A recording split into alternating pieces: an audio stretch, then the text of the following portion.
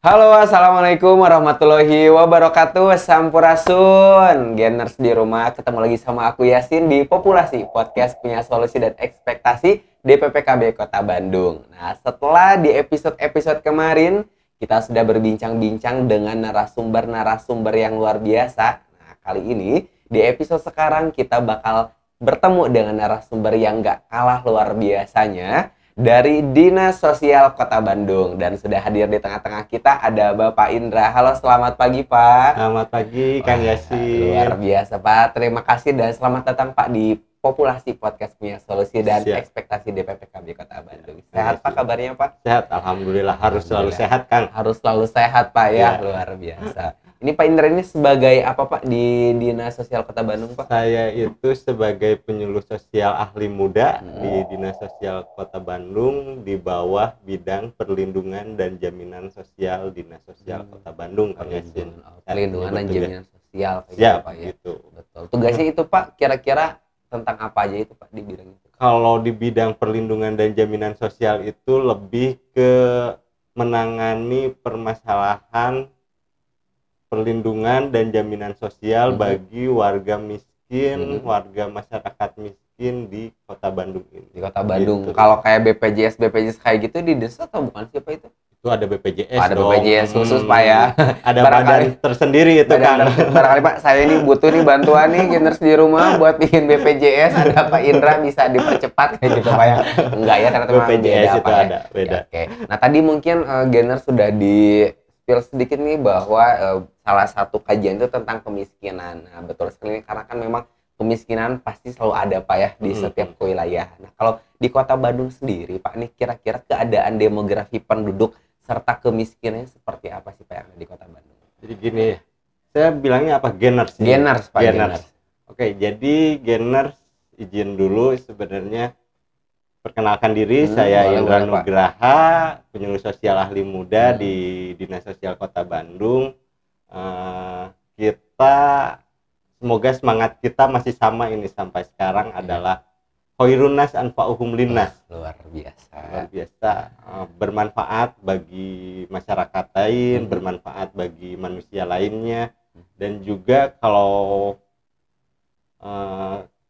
kita itu sebagai manusia pasti akan selalu memiliki masalah, benar ya Kang Yasin? Betul pasti. Kita sebagai manusia selalu diselimuti oleh berbagai macam masalah, karena kalau kita diselimuti oleh wijen, onde pastinya. Luar biasa Pak Indra ini ya. Jadi gini Kang, sebelum saya ngomongin terkait dengan kemiskinan, saya pengen cerita dulu terkait dengan dinas sosial itu sendiri. Boleh. Dinas sosial itu adalah dinas yang memiliki tanggung jawab untuk menyelenggarakan kesejahteraan sosial di Kota Bandung. Bukan hanya masalah kemiskinan semata, kemiskinan itu hanya bagian kecil Pak ya, dari penyelenggaraan kesejahteraan sosial di seluruh wilayah Kota Bandung. Pimpinan kita, kepala dinas sosial, selalu menyatakan bahwa setiap permasalahan itu pasti ada solusinya. Setiap orang, setiap hal di dunia ini selalu berpasang-pasangan, dan masalah itu selalu ada solusinya. Masalah itu berpasangan dengan solusi itu yang terjadi. Lalu bagaimana sih ketika kita berbicara terkait dengan kemiskinan di Kota Bandung? Kalau kita melihat data, sebenarnya kalau ngomongin kemiskinan akan lebih cocok ketika ngundangnya orang BPS nih. Oh gitu. Karena kalau ngomongin kemiskinan orang Dinsos kayaknya agak kumaha gitu ya. Tapi itu mungkin bagian dari penanganan yang dilakukan oleh dinas sosial juga kemiskinan itu. Lalu kondisi kemiskinan kita di Kota Bandung berdasarkan data dari BPS juga saya ambil. Alhamdulillahnya tiap tahun dari tahun 2021, 2022, 2023 menurun nih Kang. Dari jumlah 4,37 berkurang di tahun 2022 menjadi 4,25%, dan juga di tahun 2023 kemarin berkurang lagi menjadi 3,96%. Jadi terus menurun Pak ya? Ya, alhamdulillah. Kalau lihat dari jumlah penduduknya dari 112.000, kemudian 109.000, dan di tahun 2023 kemarin menurut data BPS kembali menjadi 102.000. Jadi terus berkurang secara jumlah penduduknya. Betul. Itu paling Kang Yasin untuk kondisi kemiskinan di Kota Bandung sendiri. Ya. Betul. Tadi terkait dengan penduduk mungkin Pak ya, dari data relatif menurun mungkin Pak ya, padahal kan Kota Bandung banyak yang mengunjungi, banyak yang datang Pak ya, tapi ternyata kalau di data ternyata memiliki penurunan, mungkin ada yang datang, ada juga yang keluar Pak ya dari Kota Bandung begitu. Nah, terkait dengan kemiskinan ini Genas di rumah, bahwa kan tadi ini kira-kira karena kan kemiskinan adalah bagian terkecil Pak ya yang ada di dinas sosial. Selebihnya itu untuk tadi kesejahteraan sosial. Sebetulnya Pak, untuk kita bisa ngelihat tingkat kesejahteraan sosial masyarakat itu seperti apa sih Pak? Nah, selain dari kemiskinan. Gini sebenarnya, ketika kita berbicara kesejahteraan sosial, ini berbeda dengan angka kemiskinan. Karena kita sendiri punya yang namanya DTKS. DTKS apa tuh Pak DTKS? DTKS itu adalah data terpadu kesejahteraan sosial, Kang Yasin. Data apa itu? DTKS itu memuat jumlah pemerlu pelayanan kesejahteraan sosial, memuat jumlah penerima bantuan sosial, dan juga memuat jumlah potensi sumber kesejahteraan sosial. Nih, ini yang menarik juga nih. Saya tadi bilang, pimpinan kita selalu bilang bahwa masalah itu pasti akan ada solusinya. Kepala dinas sosial kita bilang bahwa semua hal itu pasti berpasang-pasangan. Lalu ada yang namanya masalah pemerlu pelayanan kesejahteraan sosial. Dulu namanya penyandang masalah kesejahteraan sosial nih Kang Yasin. Betul. Pemerlu pelayanan kesejahteraan sosial itu siapa aja sih? Ada yang namanya gelandangan, ada yang namanya pengemis, ada yang namanya fakir miskin, ada yang namanya anak terlantar, ada yang namanya anak balita terlantar, ada 26 jenis pemerlu pelayanan kesejahteraan sosial itu. Itu adalah masalah kita ngelihatnya. Tapi ada solusi dari hal itu. Itu yang disebut dengan PSKS atau potensi sumber kesejahteraan sosial.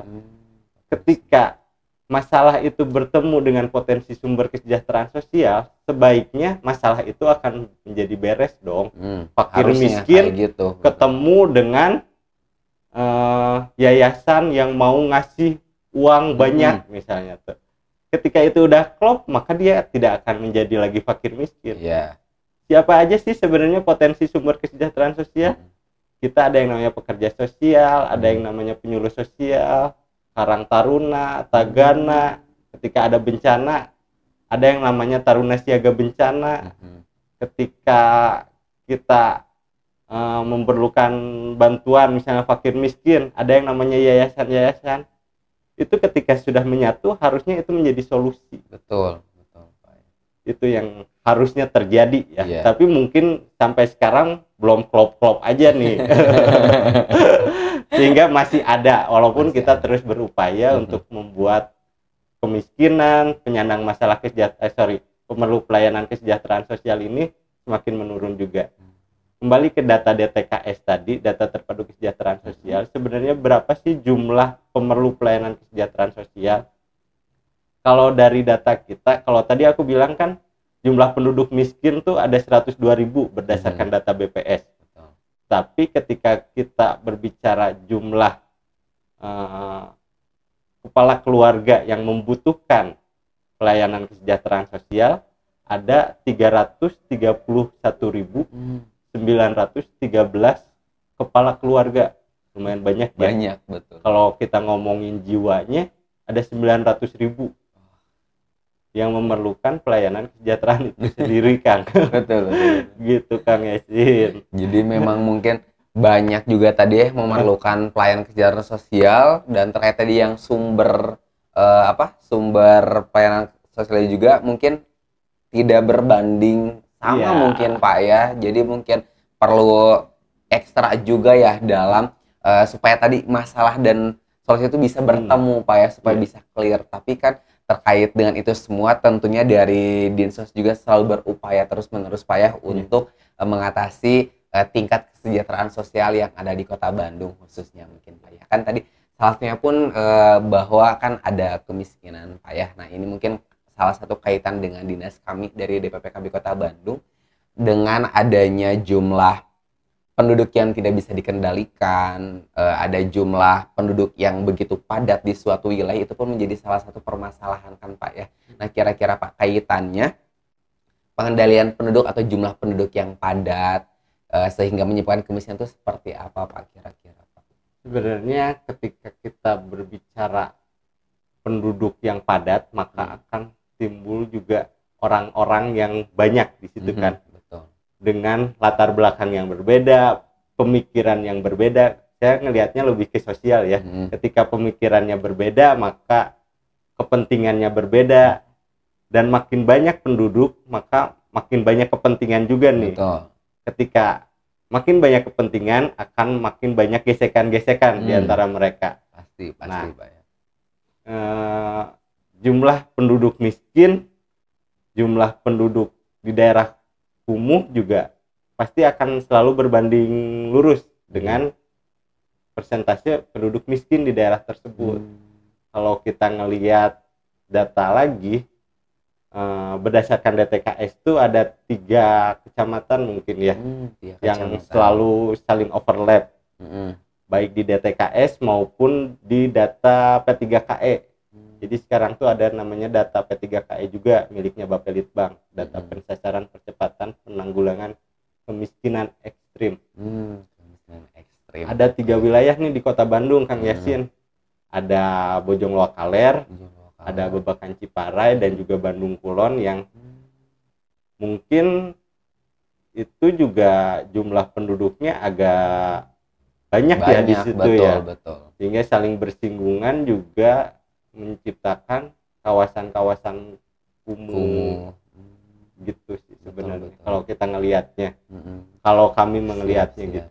Jadi memang selalu ada Pak ya di Kota Bandung, meskipun namanya kota tapi terkait dengan wilayah kemiskinan ekstrim masih ada Pak ya. Dan ketiga kecamatan tadi itu kan memang berdekatan kan Pak ya, nggak terlalu jauh, Bojong Loakaler, Babakan Ciparai, dan Bandung Kulon, dan memang relatif banyak juga ya penduduknya mungkin Pak. Ketika saat saya juga ke lapangan, memang daerah-daerah tersebut bisa dikatakan daerah padat juga mungkin Pak. Nah kira-kira Pak kan tadi selain dengan kemiskinan, nah kalau terkait dengan bansos juga itu maksudnya di Dinsos Pak?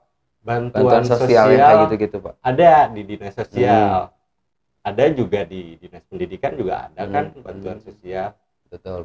Ada juga di dinas kesehatan bantuan sosial, hibah bantuan sosial. Tapi kalau kita ngomongin bantuan sosial yang ada di dinas sosial, kita ada yang namanya program Keluarga Harapan dan juga program sembako. Itu yang milik pemerintah pusat nih. Betul. Kembali lagi dari 331.913 data keluarga yang memerlukan bantuan sosial itu baru tersentuh 96.752 Kang Yasin. Waduh. Jadi baru hanya sekitar berapa persen nih? Ya, 29,15% yang dapat bantuan sosial itu. Betul. Baik program sembako maupun program PKK. Itu yang berasal dari pusat. Berarti ada 70,85% kan? Iya. Kurang lebih lah Iya, segitu Pak ya. 70,85% yang masih memerlukan bantuan sosial. Tapi belum tentu juga mereka butuh bantuan sosial. Kadang ada juga nih kita ngasih bantuan sosial justru dipakai judi. Berarti kan sebenarnya mereka bukan butuh bantuan sosial kan. Kalau bantuan sosial itu adanya di bidang perlindungan dan jaminan sosial. Ada nih mereka pengemis di jalanan yang dapat 300.000 sejam 2 jam gitu ya. Mereka kan sebenarnya nggak butuh bantuan sosial juga. Makanya kita juga dinas sosial membuat pimpinan membuat 3 kuadran nih Kang. Ada yang namanya kuadran pertama, kuadran kedua, dan kuadran ketiga. Apa sih kuadran pertama itu? Dalam penyelenggaraan kesejahteraan sosial itu, kuadran pertama itu adalah rehabilitasi sosial dan rehabilitasi sosial, perlindungan, dan jaminan sosial. Makanya rehabilitasi sosial itu apa? Rehabilitasi sosial itu rubah mindsetnya dulu kan. Jangan sampai penduduk miskin jadi pengen miskin terus dengan bantuan sosial. Kejadiannya selalu kayak gitu. Betul. Penduduk miskin tuh terlalu enak dengan dia nggak mau berdaya, dia nggak mau maju, selalu ingin tangannya berada di bawah gitu. Menerima bantuan sosial, resep ya cenah. Menang we di pemerintah 200.000 sebulan, padahal kan rezeki itu bisa lebih gede daripada itu ya. Bahkan mungkin Pak, selain penduduk miskin, mungkin orang-orang yang berada juga kadang-kadang pengen miskin, pengen dikasih, bener gak sih Pak? Bener, kadang-kadang kayak gitu. Memang tadi harus balik lagi ke mindset Gainers di rumah ya, betul Pak ya, tadi bahwa kalau ketika kita mindsetnya pengen dikasih terus, ya kita nggak bakal bisa berdaya, kalau tadi kata Pak Indra ya, kayak gitu Sobat Gainers semuanya. Dan nanti mungkin kita bakal bincang-bincang lagi di segmen selanjutnya, pasti dengan pembahasan yang lebih seru. Gainers di rumah bersama Pak Indra dari Dinas Sosial. Jangan kemana-mana, tetap di Populasi, podcast punya solusi dan ekspektasi.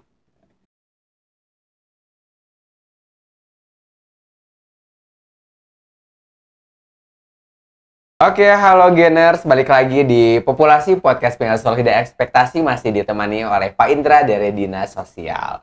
Oke, Pak, tadi mungkin tentang kuadran yang tadi Bapak sampaikan, mungkin masih baru disampaikan satu nih Pak. Nah, masih ada 2 lagi kuadran Pak, ini supaya lebih komprehensif informasinya untuk Gainers di rumah, bisa disampaikan lagi Pak yang belumnya boleh. Oke, jadi kita tadi udah ngebahas ya Kang Yasin ya. Betul. Di kuadran 1 itu ada rehabilitasi sosial dan perlindungan serta jaminan sosial.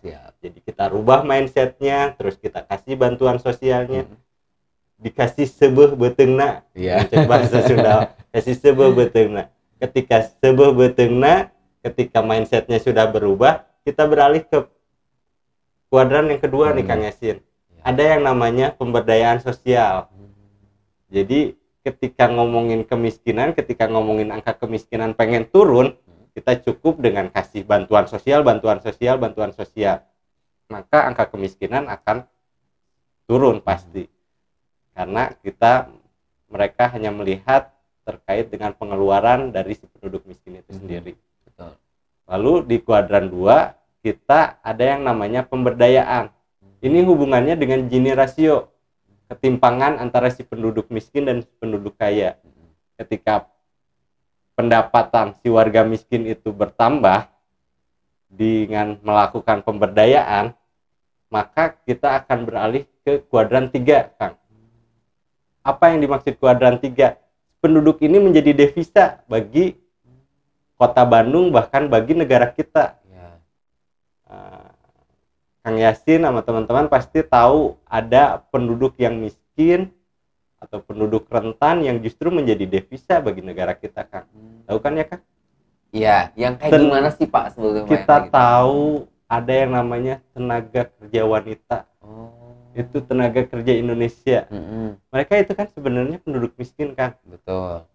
Kerja di luar, diberdayakan oleh dinas tenaga kerja mungkin ya. Terus kerja di luar dan menjadi devisa justru bagi negara kita. Penduduk miskin yang menjadi devisa. Itu sih harapannya sebenarnya penyelenggaraan kesejahteraan sosial di Kota Bandung ini. Mulai rehabilitasi sosial, perlindungan jaminan sosial di kuadran 1, kemudian di kuadran 2 ada pemberdayaannya. Yang kita juga di dinas ada inkubator. Jadi di dinas tuh kita tuh di pemberdayaan tuh ada yang jadi tukang barbershop, jadi tukang tukang kopi, barista. Di dinas tuh kita membuat pemberdayaan itu agar mereka juga akhirnya menjadi pembayar pajak. Di kuadran 3 lah mereka antar tempatnya. Itu sih harapan kita dalam penyelenggaraan kesejahteraan sosial. Tapi kalau yang di kuadran 3 itu yang menjadi devisa tadi hanya mohon maaf TKW dan TKI saja atau enggak dong, banyak dong sebenarnya. kita berharapnya nih yang di dinas sosial itu yang telah mengikuti pemberdayaan, ntar mereka digaji lah atau mereka memiliki usaha sendiri. Ketika memiliki usaha sendiri, tiba-tiba omsetnya puluhan juta, itu kan otomatis akan menjadi pembayar pajak juga bagi Kota Bandung. Gitu. Saya kaget kira tadi harapannya jadi kuadran 3 seluruh warga masyarakat jadi TKW TKI. Enggak dong. Berarti enggak ya Pak ya, betul. Jadi memang harapannya tadi ketika yang mohon maaf penduduk miskin tadi masuk ke kuadran 3 tadi bisa memberikan devisa Pak ya untuk negara kita dari penghasilan yang dia dapatkan gitu Pak. Mereka bisa memenuhi kebutuhannya sendiri, lebih memenuhi kebutuhannya dan juga menjadi pembayar devisa. Pembayar devisa, betul, luar biasa. Nah, Pak, berarti salah satu usaha dari kuadran 1, 2, 3 tadi bisa jadi salah satu usaha dalam mengatasi kemiskinan juga mungkin Pak ya, itu bisa dilakukan begitu. Itu salah satu upaya kita untuk upaya, mengatasi kemiskinan yang ada di Kota Bandung. Betul. Kalau selain itu Pak, kira-kira apa lagi sih Pak upaya yang bisa dilakukan Pak selain tadi pemberian bansos dan lain-lain? Sebenarnya sangat simpel sekali untuk mengatasi kemiskinan. Saya bilang tadi, berikan bansos otomatis kemiskinan akan turun. Tapi kan nggak seperti itu. Kita nggak pengen masyarakat kita tuh terus tangannya berada di bawah.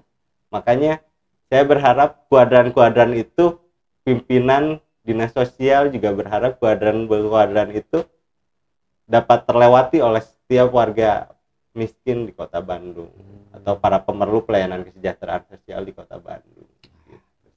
Jadi memang harapannya demikian Pak ya. Jadi ketika kuadrannya bisa terisi, apalagi kuadran 3 ya Pak ya. Jadi masyarakat di kita itu bisa memberikan pendapatan selain sejahtera secara pribadi ya bisa mensejahterakan orang lain juga Pak ya.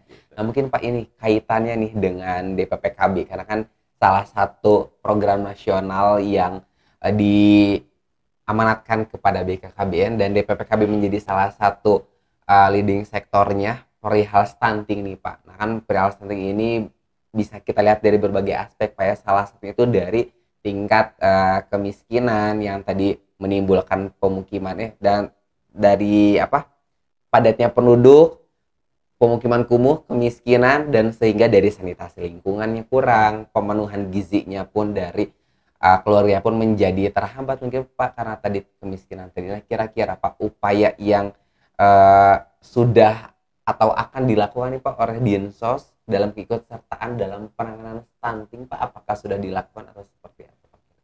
Jadi gini Kang Yasin, terkait dengan stunting ini saya ngelihatnya adalah cita-cita besar negara Indonesia ya.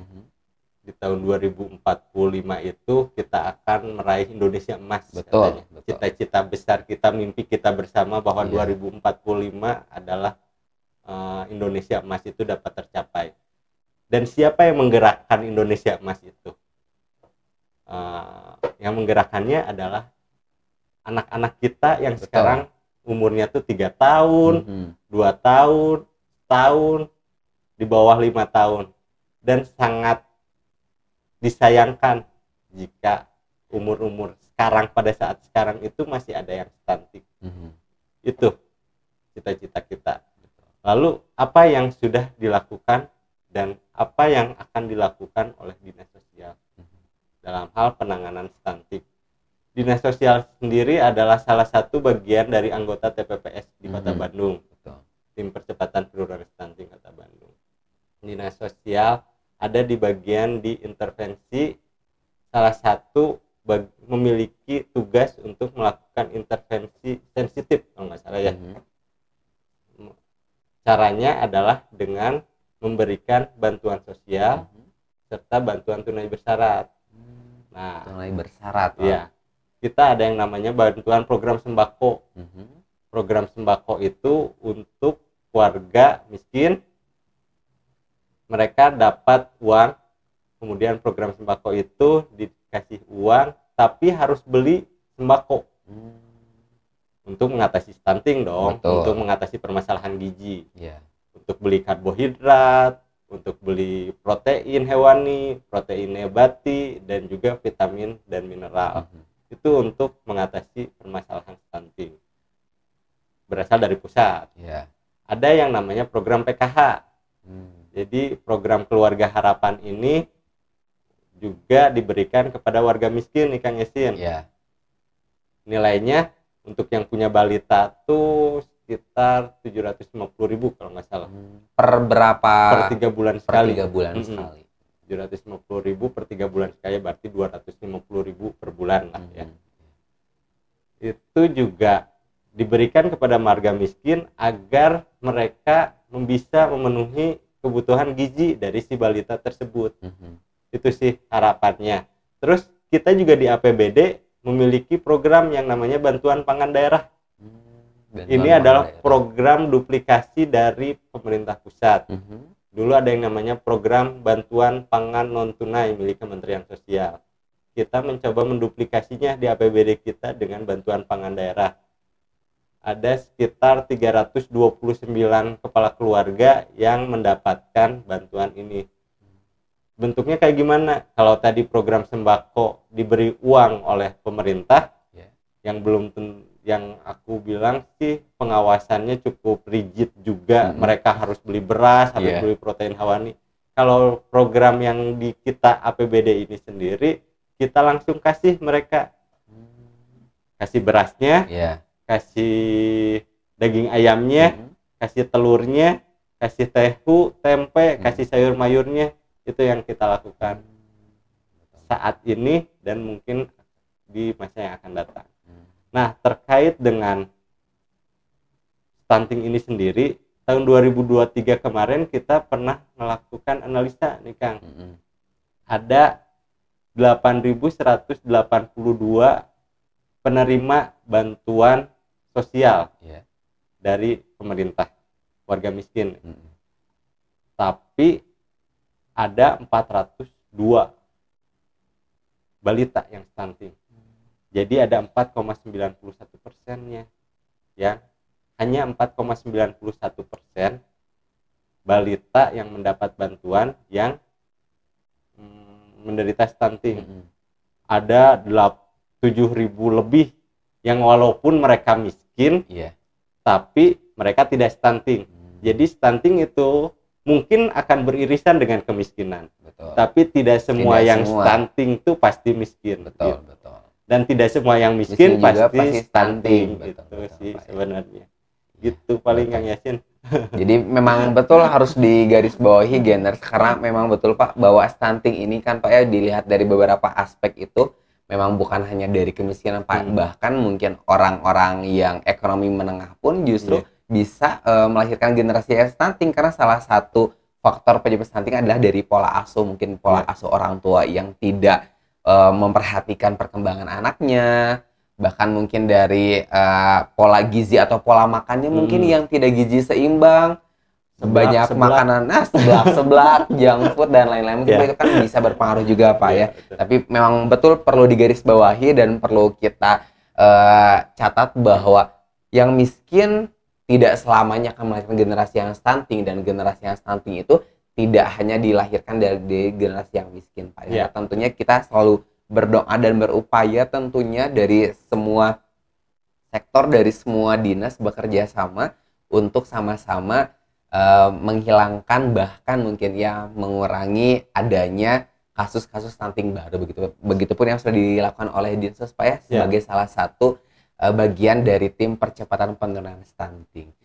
Mungkin Pak ini untuk yang di sesi yang terakhir barangkali Pak ada pesan-pesan yang mau disampaikan untuk Geners di rumah Pak terkait dengan kesejahteraan sosial Pak, barangkali ada yang mau disampaikan, silahkan Pak. Boleh. Paling semua hal baik kemiskinan, stunting, kembali saya seperti di awal menyebutkan bahwa kemiskinan, stunting itu bukanlah suatu masalah kalau saya melihatnya, tapi merupakan suatu masalah yang belum menemukan solusinya.